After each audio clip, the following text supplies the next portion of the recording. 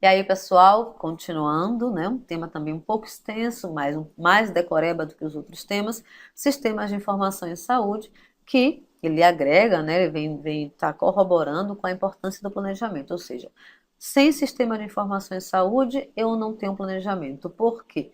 Porque o sistema de informação de saúde é o que? O meu diagnóstico, é onde eu vou fazer o meu diagnóstico situacional, ou seja, aquela análise inicial para começar o planejamento. Então, são importantíssimos todos eles. Eu trouxe os principais. O material, quem está com o curso em PDF, ele tem mais detalhado, mas aqui eu já trago os principais, os que são mais constantes em prova, tá bom? Lembrando que são termos decoreba, sugiro aquela velha lista de siglas. Né? A galera das bancas estão hoje pedindo sigla, sigla, sigla e sigla. Então vamos utilizar e memorizar essas siglas, tá certo? Vamos lá.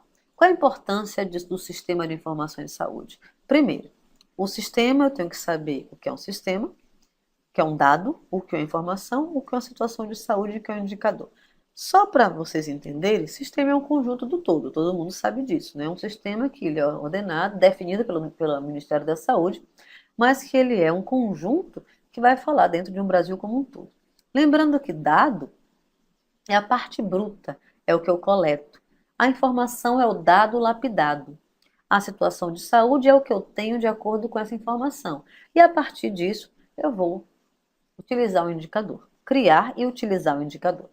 Então, discutir esse modelo de sistema, ele vai trazer para a gente o quê? Uma melhoria da gestão do SUS. E utilizar esse sistema de saúde de forma adequada, correta, com precisão, não só com introdução de números.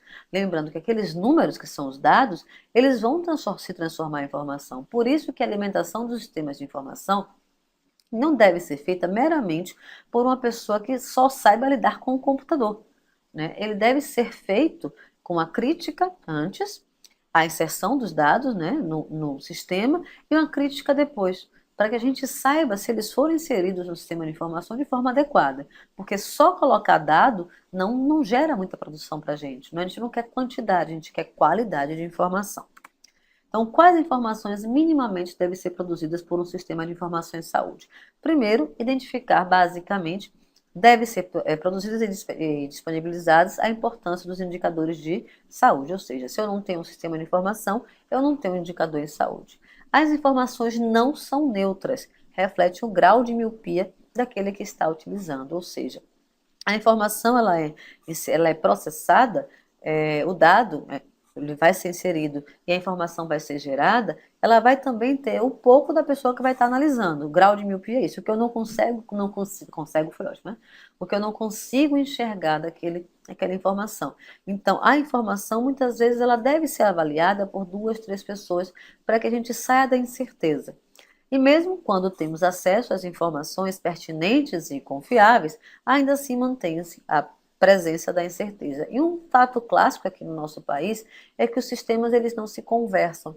Então são vários sistemas, muitos papéis que vão ser preenchidos para alimentar os sistemas de informação e os profissionais de saúde, que são os reais, né, produtores de informação, de dados, né, que vão gerar informações no futuro, eles acabam se cansando e às vezes não fazendo com tanta qualidade essa alimentação do impresso que vai para o sistema de informação e aí a gente acaba tendo um sistema de informação impreciso e incerto ainda. O que a gente tende a mudar com agora o ESUS, né, que ele está trazendo uma concentração, um alinhamento de todo dos sistemas de informação. Então vai ser mais fácil dialogar, mais fácil tirar informações dos dados que estão inseridos nos sistemas. Como operacionalizar o SIS? Nós precisamos conhecer uma situação que foi colocada e definir qual objetivo pretendemos alcançar. Ou seja, para criar, definir um sistema, quem define é o Ministério da Saúde, vai ter que ter em mente o que eu quero, para a partir daí produzir um sistema de informação que vai ser utilizado em todo o território nacional e alimentado por tal instrumento. Mas tem que ter um objetivo. Não vamos criar vários sistemas de informações que não sirvam para dar informação nenhuma, para nenhum indicador. Então, todo sistema de informação deve ter o quê? Utilidade. O processo de gestão exige tomar decisões. Logo, as informações, por isso que elas têm que ser precisas, elas servem para o quê? Para diminuir meu grau de incerteza. Até porque, como eu já falei na aula de planejamento, a saúde não trabalha com incertezas. Então, a informação é o maior redutor das incertezas. Quanto menos incertezas eu tenho, maior vai ser minha chance de não perder vidas. E na área da saúde nós não podemos trabalhar, né, com incertezas. Definição de sistema, que é uma coisa mais teórica. A ideia de um todo orgânico, governado por leis próprias, porque eles são definidos, né? Tem uma organização muito própria, a sua estrutura e seu funcionamento. Né, com qual o fim? Né? Para que esse sistema de informação? Um sistema municipal de saúde tem vários componentes, entretanto, para considerá-lo enquanto um sistema, deve haver uma interligação, né, e uma interação entre esses componentes, que espera-se resulte em uma atenção organizada. Ou seja, eu tenho que ter um sistema que se comunique e que os resultados desse sistema que me dê informações precisas para que eu possa melhorar a minha organização da atenção, tá? Lembrando que o local melhor para fazer pesquisa de sistema de informação é o DataSUS, que é onde nós temos a base de dados de todas as informações do Ministério da Saúde. Ou seja, os municípios condensam, mandam para o Estado condensa e manda para o governo federal. No DataSUS nós temos informações variadérrimas e muito importantes, principalmente para quem for fazer prova de residência na área de saúde coletiva, está buscando, perto da prova, os indicadores mais recentes.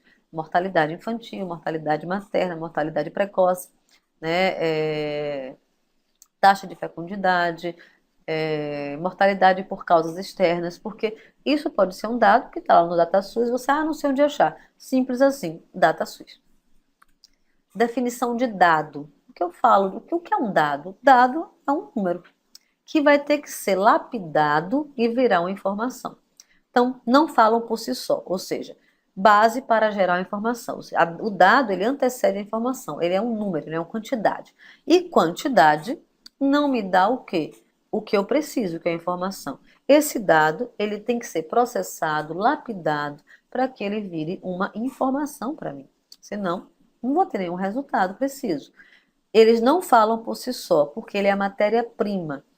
Logo, eu vou ter que trabalhar com ele, e isso é o quê? É a nossa crítica desse dado, antes dele ser inserido e depois dele ser inserido. Então, o dado ele só serve para a gente depois que ele sai da matéria-prima, passa para a matéria final, que é a informação, e aí sim eu posso construir, né, uma análise e utilizar os indicadores a partir daquela informação. Ainda que os dados sejam identificados e utilizados por diferentes pessoas, ao combiná-los, cada um constrói a sua interpretação, ou seja, aquele certo grau de miopia, tá? Vamos lá. O que é informação? É o dado que já foi lapidado, simples assim. Mas como está aqui nos manuais, né, que eu pesquiso, né, a referência está no material, produto obtido a partir de uma combinação de dados, da pessoa que vai avaliar e do juízo de valor que eu tenho daquela situação. Se eu mesmo sou epidemiologista. Logo, a minha avaliação de dado, que é processado em informação, ela é muito mais voltada como uma profissional da epidemiologia.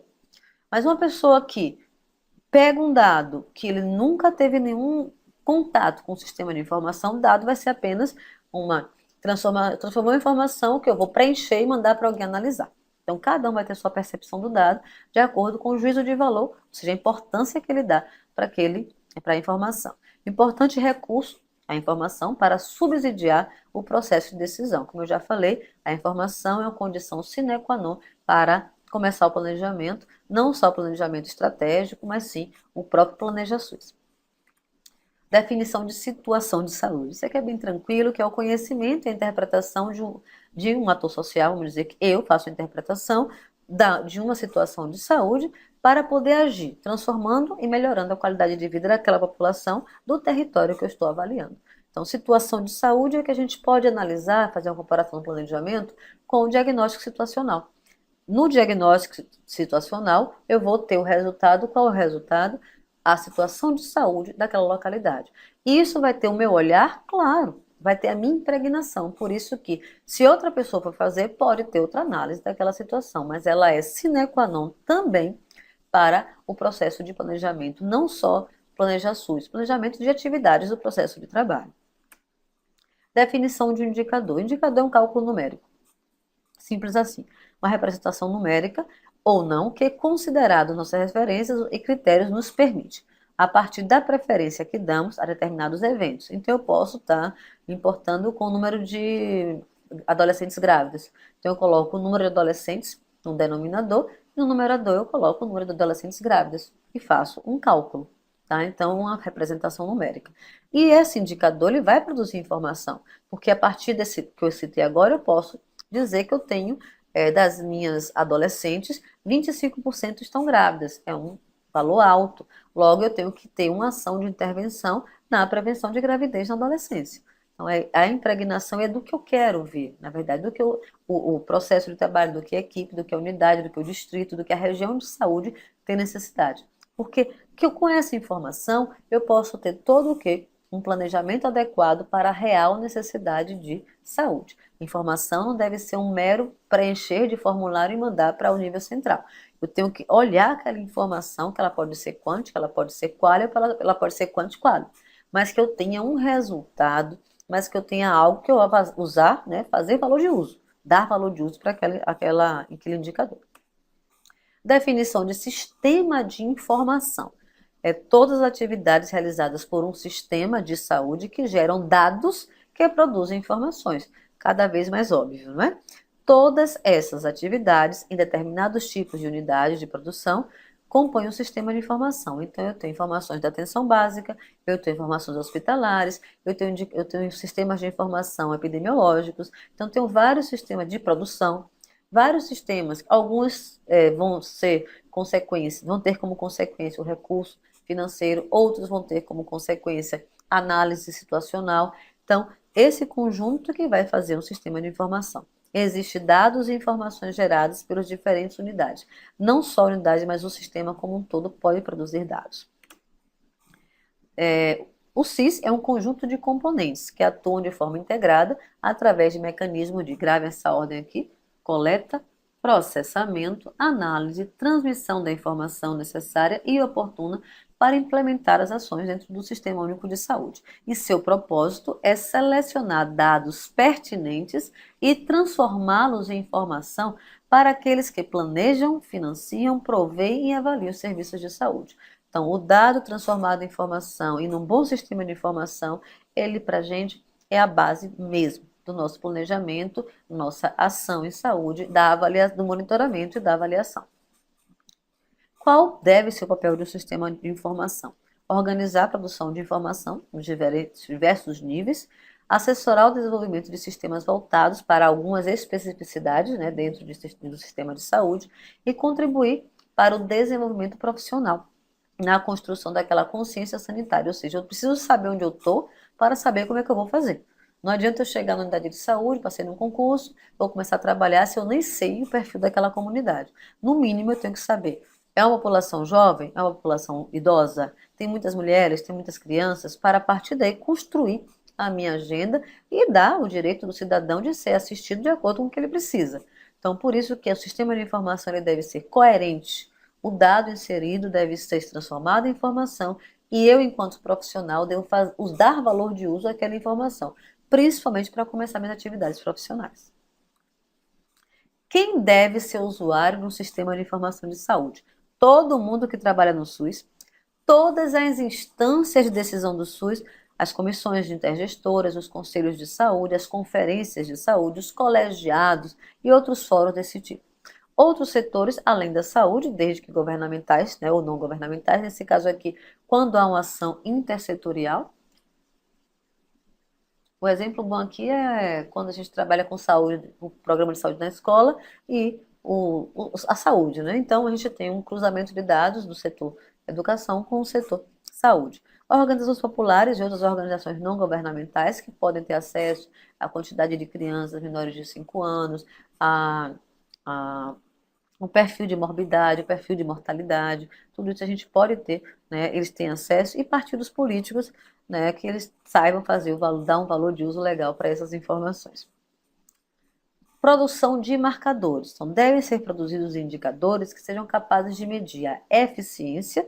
O que é eficiência? A utilização dos recursos disponíveis da melhor maneira possível, evitando desperdício. Eficiência está ligado automaticamente a custo. Tá? Então, eficiência e custo estão juntos. Eu tenho que fazer o melhor de mim gastando menos.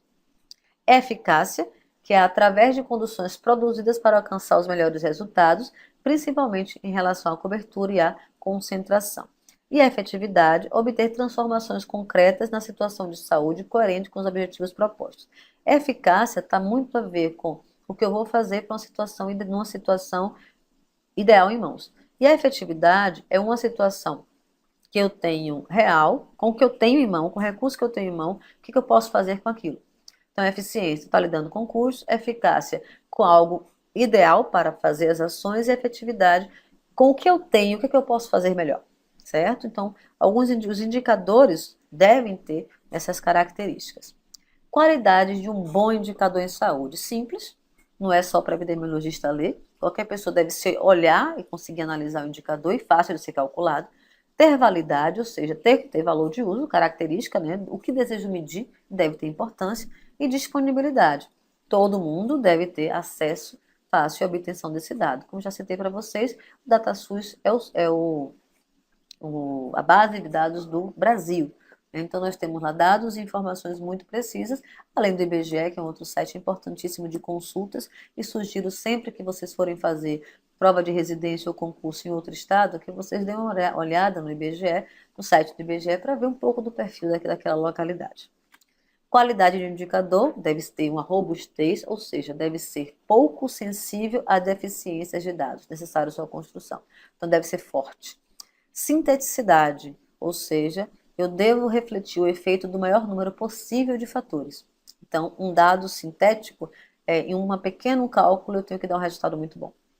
Discriminatoriedade, saber selecionar, né?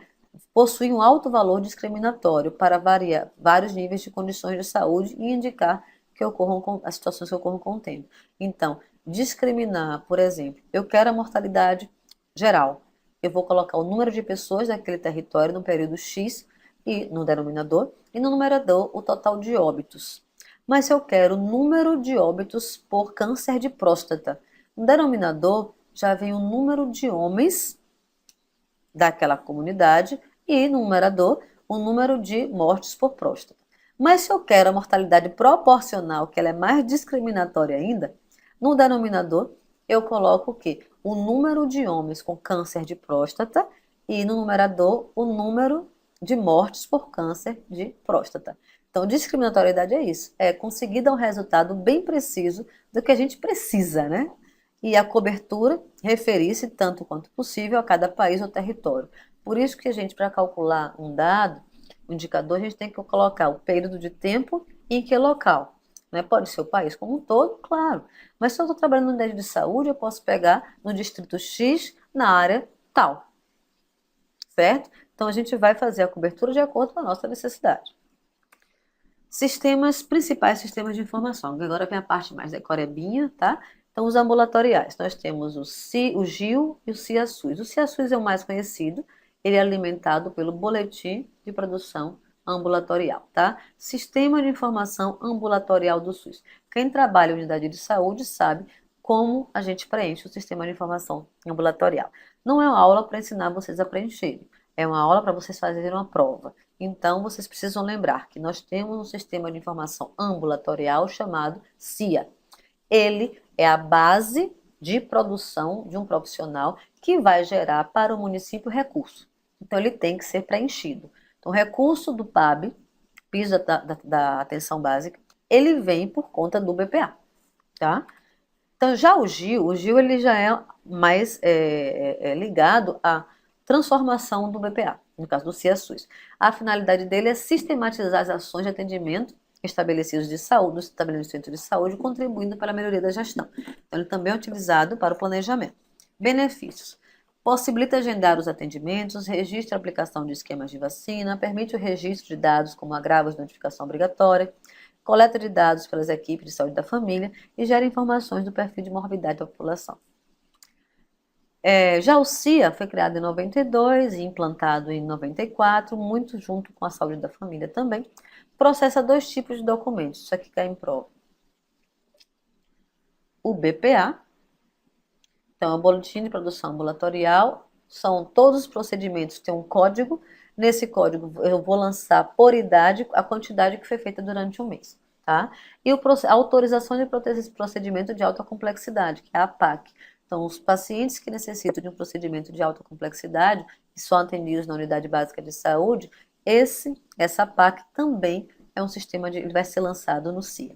O CIA-SUS recebe a transcrição, ou seja, o resumo, né, o condensado, da produção do BPA e da APAC.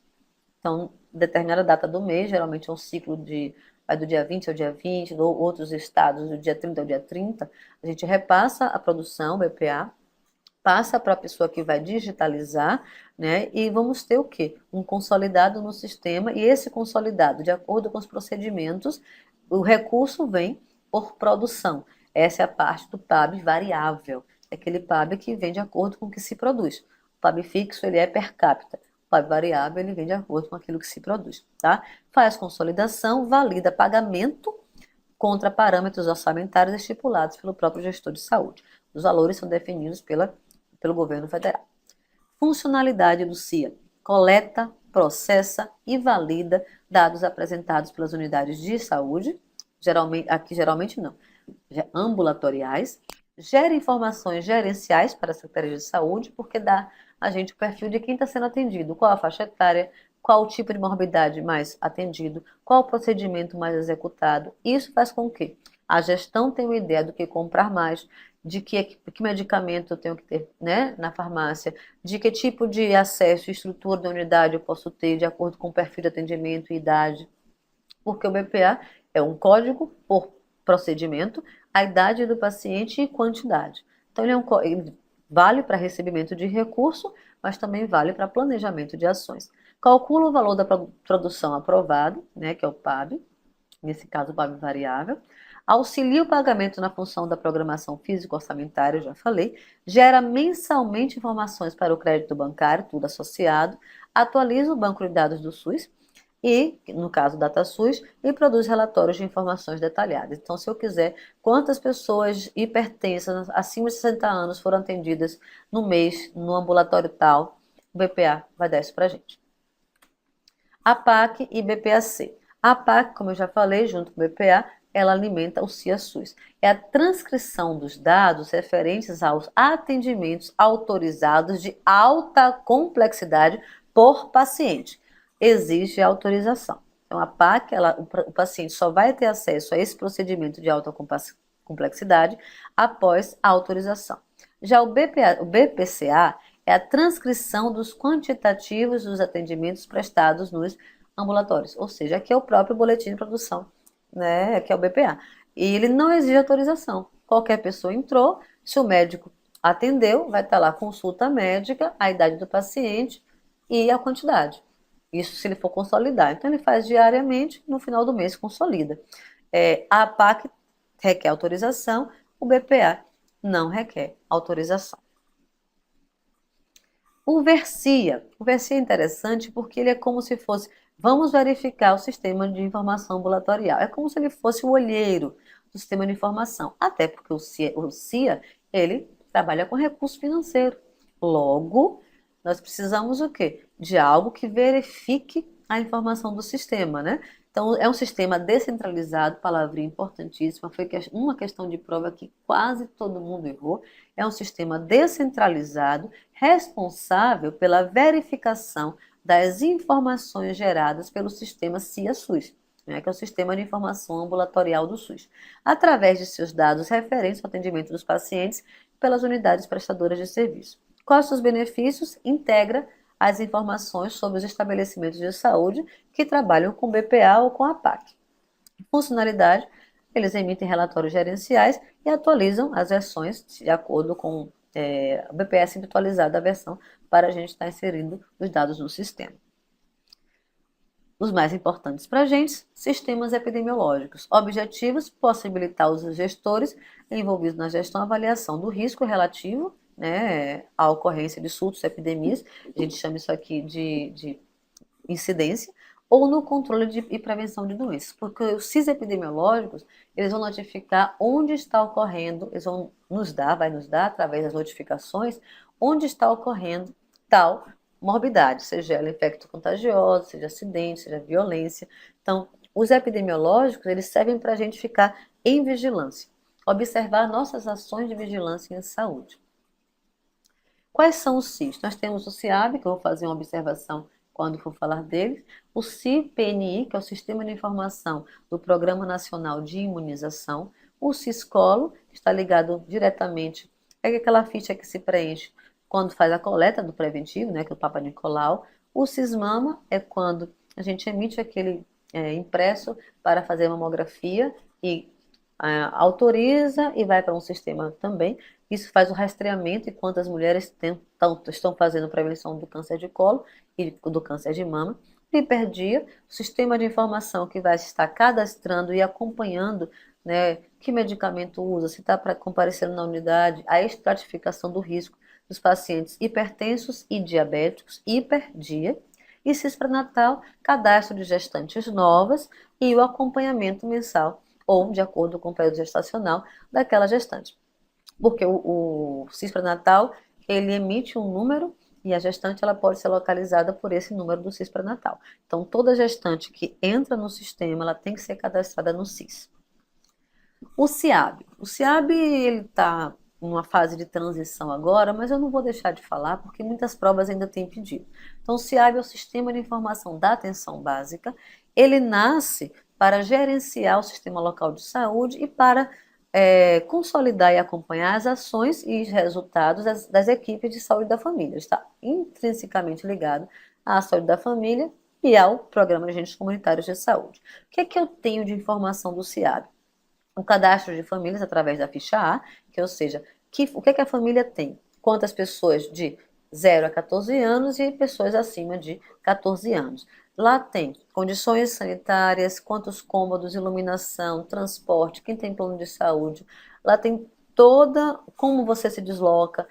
Dá para a gente tirar um perfil bem interessante. Então, esse cadastro de famílias é feito pelo agente comunitário de saúde. Vai ter a condição de moradia, que pode nos dar a situação de saúde, e por isso também a produção e composição das equipes, porque o CIAB, vocês podem entrar no DataSUS, colocar o CNES de vocês, que é o Cadastro Nacional de Estabelecimento de Saúde, ou o nome de unidade de saúde, você vai ver quais os profissionais estão conformados naquela equipe. Então, se eu for jogar meu nome hoje no sistema, coloco o meu nome, pede o CPF, coloco o CPF, vai mostrar para mim qual unidade de saúde estou cadastrada e eu sei qual é o que eu estou. Se tiver outra, eu tenho que pedir para tirar. O próprio sistema te ajuda a tirar. Não CIA, não CIAB, mas o CNES. E aí você vê lá a sua equipe de saúde, o meu nome, o nome do médico, o nome dos agentes comunitários de saúde e do técnico de enfermagem. Lembrando que eu vou falar com vocês da portaria 2148, que é a da atenção básica, 2048 de 2011, e ela sofreu uma alteração agora em 2016. Então, na aula da atenção básica, que eu não ministrei ainda, vou falar já com a atualização, tá? Benefícios do CIAB, nós temos as micro especialidades de problemas, ou seja, são problemas de uma área e micro-área. Utilização mais ágil e oportuna de informação, porque é fácil emitir um relatório do CIAB, mesmo se você não tiver o computador para inserir os dados, a gente, com só a avaliação das fichas, a gente consegue traçar um perfil epidemiológico. Produção de indicadores capazes de cobrir todo o ciclo de organização da ação de saúde, desde o cadastramento até o acompanhamento de saúde. E consolidação progressiva de informação. Se teve óbito, sinaliza com a família, ele pede para fazer a exclusão daquela pessoa. Nascimento, sinaliza a família e vai e insere aquele novo componente na nossa área de atuação. É um sistema que é na base 2 ainda, tanto que ele está em uma transformação agora, já estamos no CISAB, mas eu não posso deixar de falar do CIAB porque ele ainda está sendo cobrado em algumas provas. Então ele é na base 2, fácil de ser manuseado, mas hoje estamos numa transição para o CISAB, que faz parte do eSUS. Funcionalidades, cadastro de famílias, condições de moradia e saneamento, eu já falei, situação de saúde, população e marcadores, né? Nós temos aqui pessoas com deficiência, pessoas com pacientes com tuberculose, hipertensão, diabetes, hanseníase, problemas neurológicos. A gente consegue tirar tudo isso da ficha A, que é a ficha de cadastro, e composição das equipes e agentes comunitários de saúde. Aqui são as fichas que a gente tem do CIAB, a ficha A, que é a ficha de cadastro. A ficha B tem várias, BGES, que é B gestante, B hipertensão, B hanseníase, B tuberculose, B, diabetes. A ficha C é o cartão da criança. E a ficha D é uma ficha que a gente preenche diariamente no atendimento. Então, essas fichas estão sendo extintas, porque hoje existe uma ficha só, que é do ESUS, para alimentar, que é do CISAB, que vai alimentar o ESUS. Então, ele vai sair da base 2, tá passando por um processo de transição. Em alguns estados já está 100% sendo implementados. Aqui na Bahia estamos, aqui em Salvador mais precisamente, estamos numa fase de transição mesmo, né? Muito papel para preencher, mas que lá na frente os resultados vão ser bem positivos, porque lá os sistemas vão se conversar baseados no cartão nacional do SUS. Então, se o paciente sai daqui e vai para outro estado, pelo SUS a gente vai conseguir tirar tudo que ele já fez dentro do SUS, por conta do cartão nacional do SUS. É que eu trouxe para a gente não ficar no CIAB só como para não ser um assunto caducado, o ESUS, né, que hoje é o nosso sistema de saúde, saúde, sistema SUS, atenção básica, e especificamente do saúde da família, nós temos o CISAB, que é o que nós estamos utilizando agora. Eu trouxe alguns conceitos teóricos, tá? É um sistema de informação para a atenção básica, ou seja, direcionado exclusivamente, como o CIAB era também. Ele nasce com a portaria 1412 em 2013 e passa, né, a ser vigente para fins de financiamento e adesão da estratégia da saúde da família, da atenção básica, que vai incluir a saúde da família, o NASF, etc. e tal. Ele substitui o CIAB. Mas como nas provas ainda estão pedindo, eu optei por deixar o CIAB para vocês saberem que estamos numa fase de transição. Mas se perguntarem hoje qual é o sistema preconizado pelo Ministério, é o CISAB. O CISAB integra, né, o Departamento de Atenção Básica, denominado de ESUS da Atenção Básica, tá? Que compõe o incremento da gestão da informação, da automação dos processos, a melhoria das condições de infraestrutura e a melhoria dos processos de trabalho. Então, o CISAB ele vai ter como finalidade futura, que agora na hora de fazer a transição, toda a transição é difícil, é perceber essa melhoria das condições de infraestrutura, condição de trabalho, condição de oferta de serviço, ele nos dá essa facilidade. Aí a letra ficou bem diferente, gente, perdoe. Além do CISAB, temos os sistemas ESUS da atenção básica para captar os dados, que é composto por dois sistemas de software que instrumentalizam o CISAB. São eles a coleta dos dados simplificados, prontuário eletrônico, a gente aqui em Salvador ainda não tem, outros estados já têm, e ampliação para dispositivos móveis, né? Que isso aqui é bem interessante para essa geração que a gente está de smartphone. Mas essa coleta de dados simplificada tem como base o cartão nacional do SUS, tá? Então, o CISAB dentro do ESUS, ele é baseado no cartão nacional do SUS. Até o cadastro dos agentes de saúde, a ficha hoje é específica e é baseado no cartão do SUS de cada indivíduo daquela família. Está bem trabalhosa a transição. Eu sei que quem já passou, já viveu isso, pode, né, ratificar, mas também sabe do bom resultado que ele vem dar mais na frente. Aí, porque a letra ficou assim, meu Deus. Nesse sentido, os sistemas ESUS da atenção básica foram desenvolvidos para não só as equipes de saúde da família, mas também o NASF tem que usar, as equipes de consultório na rua têm que usar, as equipes de atenção domiciliar D1, D2 e D3 devem usar, e toda atividade feita no programa de saúde da escola, ou seja, todo aquele cuidado horizontal da atenção básica tem por obrigação de coletar os dados, de preencher a informação da atenção básica a partir do ESUS Atenção Básica, tá? Lembrem-se que é baseado no cartão do SUS. Toda informação só é preenchida com o cartão do SUS do indivíduo. Com o CISAB, será possível obter informações da situação sanitária e da saúde da população do território por meio de relatórios de saúde. Isso é ótimo, porque se um paciente X vai para outra cidade, com o cartão do SUS dele a gente consegue rastrear e fazer todo um perfil daquele indivíduo que está em atendimento. Bem como os relatórios de indicadores de saúde do estado, município, região e equipe. A gente já fazia isso aqui com o CIAB, mas com o CISAB a gente consegue fazer isso em meio eletrônico e mais rápido e mais imediato. Aqui é o fluxo, né, do cenário. Desculpa a imagem não ter, eu não consegui uma imagem melhor do que essa. Então aqui as unidades de saúde alimentam, né, aqui, cada equipe, imagine cada computadorzinho desse é uma equipe, vai ser enviado para a região de saúde, no caso o distrito ou a central, no caso a Secretaria de Estado de Saúde, passa para o Estado e passa para o Ministério da Saúde. E aqui vai ter toda a avaliação. Lembrando que hoje o projeto SUS Atenção Básica, ele vai estar correlatado, né, vai conseguir fazer uma associação de informações do SIM, SINASC, SINAM, porque a importância dele para a gente é registrar o número máximo de informações. O cadastro ele traz umas informações grandes, a ficha de atendimento individual, a ficha de procedimentos, que dá um perfil do que a gente está fazendo, né, durante o nosso trabalho. E o objetivo é fazer o quê? Que esse novo sistema ele converse com os outros, para que a gente não tenha que preencher milhões de papéis diariamente. Não só o preenchimento de papéis, mas a facilidade também de estar avaliando o dado. Um outro sistema de informação, aqui quem é enfermeiro já está lá, né, caducado também aqui, que é o SIPNI, que é o Sistema de Informação do Programa Nacional de Imunização. Na verdade, ele vem dar para a gente o imunobiológico aplicado e o quantitativo populacional vacinado. E vai agregar a faixa etária dessa população, período de tempo, ou seja, qual foi o período que foi vacinado, e a área geográfica. Então, toda vacina aplicada vai marcada qual a vacina em que faixa etária foi aplicada. A cada ciclo, a gente lança no sistema, hoje também já está informatizado, mas existia um mapa físico onde a gente preenchia, tem que fazer, né, o registro de dado por idade, né, de vacina, que tipo de vacina em que faixa etária.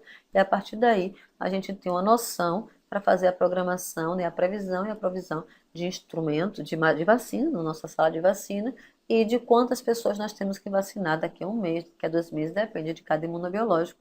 Não vou adentrar tanto aqui, porque como é um tema de conhecimentos gerais, quem está mais vinculado ao PNI é quem está em sala de vacina. Mas para vocês das outras áreas, lembre-se que o CIPNI ele está intrinsecamente ligado ao Programa Nacional de Imunização, ou seja, ele é o Programa Nacional de Imunização. Benefícios: registra a vacina por faixa etária, por dose, se é a primeira, segunda, terceira dose, primeiro reforço, segundo reforço, e calcula a cobertura vacinal, isso é importantíssimo para nossas ações de saúde, fornece informações sobre rotinas e campanhas, taxa de abandono. Então, se eu tenho 10 crianças que vacinei com a pentavalente há 2 meses, eu tenho que ter no mínimo 10 crianças que vão vacinar daqui há mais de 2 meses, que é intervalo de 60 dias. Então, se eu vejo que não vacinei 10, eu vacinei só 3, eu tenho taxa de abandono de 7 crianças. E isso faz com que a própria equipe ela faça uma busca ativa desses pacientes. Gerencia os atendimentos, o estoque e a distribuição. Então, não é um sistema só de coletar dados numéricos, ele também vai nos dar a avaliação de previsão e provisão de insumos para a nossa sala de vacina.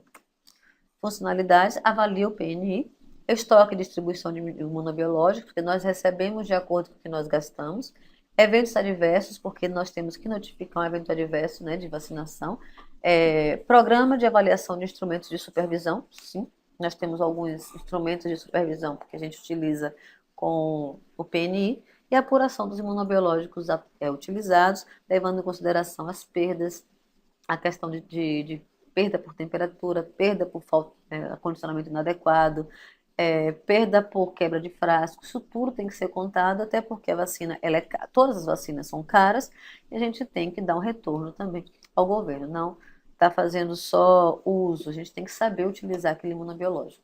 Por isso que as pessoas da sala de vacina são geralmente bem qualificadas para estar lá. O Siscol e o Sismama, como eu já falei, dão informação do câncer, né, de câncer de colo e câncer de mama.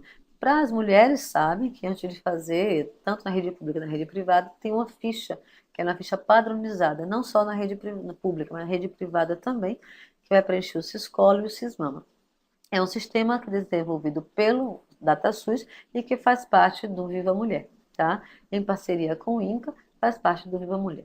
Coleta e processa informações sobre identificação de pacientes e de laudos de exames, fornecendo dados para o monitoramento externo da qualidade dos exames e assim orienta, né, os gestores para o quê? Um programa melhor dos laboratórios responsáveis pelo laudo do município. Muitas vezes, quando eu faço coleta do Papa Nicolau, eu coloco na ficha do Siscolo como eu vi o colo, se está friável, que é sangrante, se tem alguma lesão, para que quem vai fazer a leitura daquela lâmina que né, eu emiti, que foi para laboratório, tenha uma precisão maior. porque às vezes eu não gosto de correr riscos, né? Mas eu tenho um excesso de desconfiança em relação a coisas que podem levar à morte, coisas que eu digo, câncer, um câncer que a gente pode curar, pode ter uma qualidade de vida, manter a mulher numa boa e por isso que eu ainda prefiro gastar um pouquinho do meu tempo e escrever no Siscolo, né, não, no Siscolo não, na ficha que vai alimentar o Siscolo, como está a condição do colo daquela mulher. Porque ali sei que quem vai fazer a avaliação, aí fica a dica para quem é da área de enfermagem, vai fazer, olhe com maior precisão aquela lâmina. Benefícios: obtém informação diversa dos exames realizados, auxilia a conferência dos valores dos exames pagos, né, em relação aos exames apresentados, então não é mais um cheque em branco, eu só vou pagar o que foi feito, apoia a rede de gerenciamento na evolução do programa, e daqui a gente consegue ver qual é a cobertura, se a mulher tem quanto tempo sem fazer, aquela mulher que eu fiz em 2014, ela teria que voltar em 2015, depende do resultado anterior, então tudo isso o Siscolo e o Sismama eles dão para a gente. Atua na manutenção de base nacional de informação, oferece consulta para elaboração de planejamento e outras ações dentro do SUS, e emite laudo de exame citológico e histopatológico. Esse aqui é o mais comum que a gente tem em mãos, que são os resultados dos exames, principalmente na rede pública. O Hiperdia, o nome já diz, é um sistema de cadastramento e acompanhamento de hipertensos diabéticos. Ele destina-se ao cadastramento e acompanhamento dos portadores da hipertensão arterial e diabetes mellitus, atendidos na rede ambulatorial do SUS, permitindo gerar informações para aquisição, dispensação e distribuição dos medicamentos.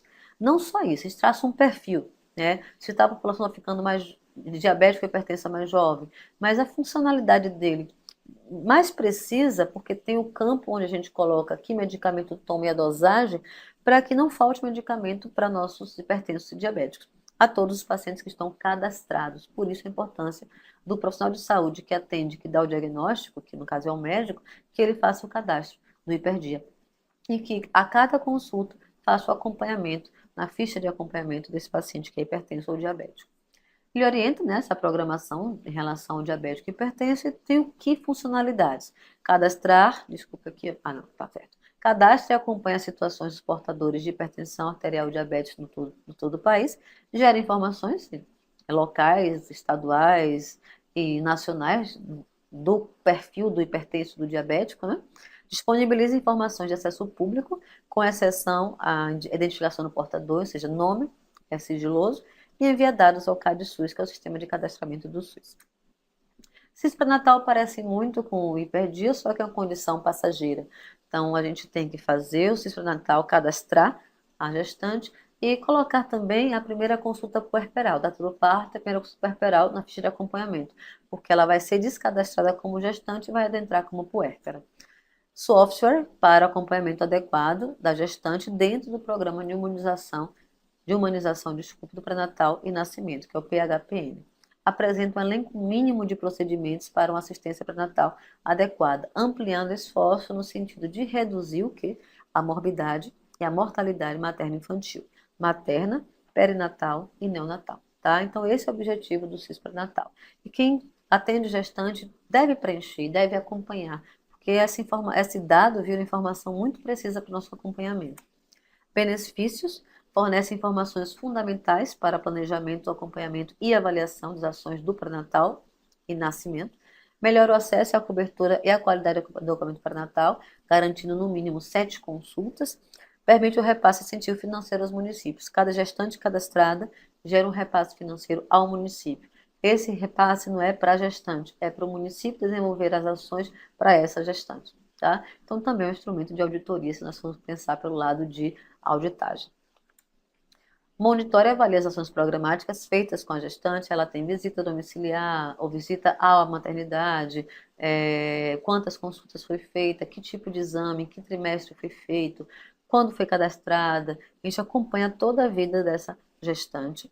Permite realmente gestação de alto risco, porque a gente coloca que é de alto risco, lembrando que alto risco vai ser referenciada, mas ela continua sendo acompanhada também pela atenção básica, gera relatório de indicadores de cerca de 40 relatórios de acompanhamento.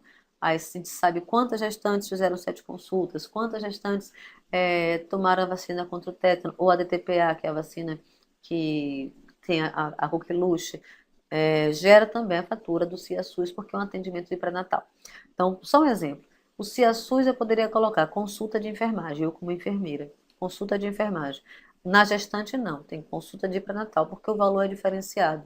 Então, a consulta de enfermagem é um valor que é pago pelo SUS, né, para o município, e quando eu coloco gestante e boto a idade gestacional, vai ter o quê? A idade vai ter um repasse de acordo com a consulta de pré-natal, que é um valor um pouco maior do que o valor da consulta normal. Finalidade do SIH-SUS. Então, falamos do CIA, que é ambulatorial, e aqui é só trocar, tem o H. Sistema de Informação Hospitalar do SUS, que tem a finalidade de registrar todos os atendimentos provenientes das internações hospitalares. Logo, nos dá o quê? Um perfil de morbimortalidade em relação ao hospital. Então, se eu tenho um acesso aos... Se eu quero saber de que mais se interna naquele hospital, o sistema de informação mais preciso para a gente é o SIH-SUS. No nível federal, recebe mensalmente uma base de dados de todas as internações autorizadas. O SIH ele vai ser alimentado pelo AIH, que é Autorização de Informação Hospitalar, tá?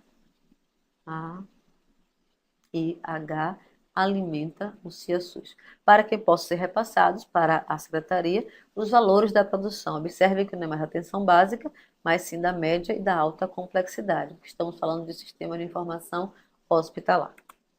Funcionalidade possibilita a avaliação do desempenho e condições sanitárias através das taxas de óbito e de infecção hospitalar informadas no sistema, fornece informações para a programação do orçamento. Claro, se eu traço um perfil do que mais é internado, eu vou ter como fazer uma previsão e provisão de materiais adequados, remanejamento de leitos, contratação de pessoal. Cria funcionalidade para gerar relatórios a partir de histórico, ou seja, traz todo o histórico de atendimento daquele indivíduo ou também dos procedimentos realizados pelo hospital. SIS, eventos vitais, quais são? SIM, Sistema de Informação da Mortalidade, SINASC, Sistema de Informação de Nascidos, e SINAM, Sistema de Informação de Notificação de Agravos, tá? Então, aqui, registro a mortalidade através da declaração de óbito. Então, quem alimenta o SIM, a declaração de óbito, quem alimenta o SINASC, a declaração de nascimento, quem alimenta o SINAM é a ficha de investigação individual e a ficha de notificação, tá? Eu notifico e investigo. Algumas eu apenas notifico, outras eu investigo. Essas vão alimentar o sistema de notificação. O SINASC vai ser alimentado pela declaração de nascimento e o SIM pela declaração de óbito. O SIM, acho que grave, tá, gente? Que é o que mais cai mesmo. Por isso que eu falei mais rapidinho nas outras partes. Mas vocês têm que gravar as siglas, porque cai sigla, mas esses aqui podem ser cobrados com um formato mais complexo. Então, objetivo, obtenção regular de dados sobre mortalidade no país, benefícios, produção de estatísticas, né, de mortalidade, construção dos principais indicadores de saúde, análises estatísticas epidemiológicas e sociodemográficas, ou seja, quem morre, onde morre, de que morre. Isso é bem interessante, porque dá para traçar um perfil para, no futuro próximo, claro, evitar essas mortes. Então, o SIM não é só o quantitativo de mortos, de que se morreu, onde está se morrendo, onde se morre mais por qual doença. Então, ele traça um perfil da mortalidade no país. E isso não é só um mero dado. Eu transformo em informação e consigo transformar em ação para a prevenção de outras mortes.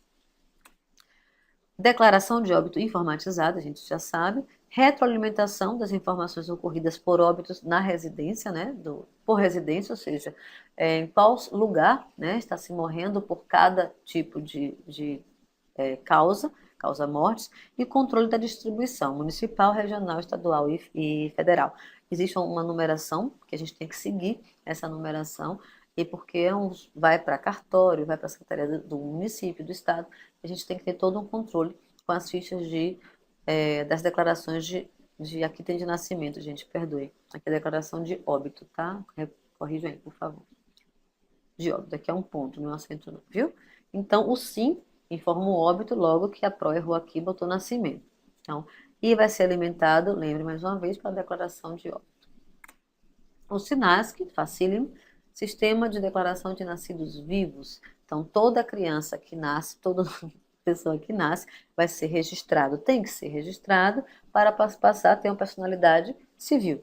Logo, personalidade, né? Na verdade, falando assim. Então, subsidia as intervenções relacionadas à saúde da mulher e da criança, porque os sinais que não só dá informação da criança, dá informação da mulher também. Onde ela reside, quantas consultas pré-natais foram feitas, se ela teve alguma intercorrência no pré-natal, a idade, a situação o nível de escolaridade, tudo isso traz. E, consequentemente, na mesma ficha vem a idade gestacional que a criança nasceu, o peso ao nascimento, vem o índice de Apgar, né, que é uma nota que a criança ganha quando nasce e depois, no primeiro e quinto minuto, nasce. Tem toda uma informação que vai nos dar. Se aquela criança nasce com a nota baixa, falando assim, porque eu estou falando para um público que não é só enfermagem, com a nota baixa, eu sei que ela vai ter que ser acompanhada mais precisamente pela unidade de saúde, não puericultura.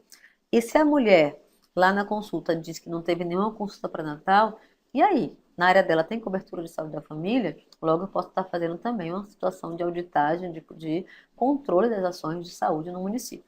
O acompanhamento da evolução das séries históricas dos sinais permite a identificação de prioridades na intervenção, o que contribui para a efetiva melhoria do sistema, óbvio. Nosso foco agora é fazer a redução da mortalidade materna infantil. Desde o pacto em 2006, foi, né, colocado como prioridade nacional. Então, se a gente tem um sinais que ele deve ser preenchido, que é o sistema de nascimento, né, do indivíduo, da criança, ele é preenchido em nível hospitalar e também tem todo um fluxo de secretaria, cartório, secretaria do Estado, né, para que haja essa informação. E não nos dá só dados do nascimento, como eu falei, e sim da parturiente, no caso da mãe da criança. Qual a funcionalidade? Declaração de nascimento informatizada, geração de arquivos de dados de várias extensões.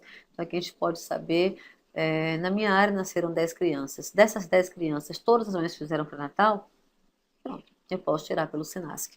Retroalimentação das informações ocorridas, né, por esse paciente e o controle da distribuição, agora sim, do nascimento nos níveis municipal, regional, estadual e federal. O SINAM, ele passa por uma nova portaria, por favor. Ela é de 2016. Então, vocês estão fazendo o curso, não saiam dizendo para todo mundo que a portaria mudou, né? Ela foi alterada, agora por conta da inclusão da microcefalia, por conta da Zika, que tem a notificação compulsória, e ela foi alterada agora. A portaria que está em vigor é a 204 de janeiro de junho, desculpe, 2016.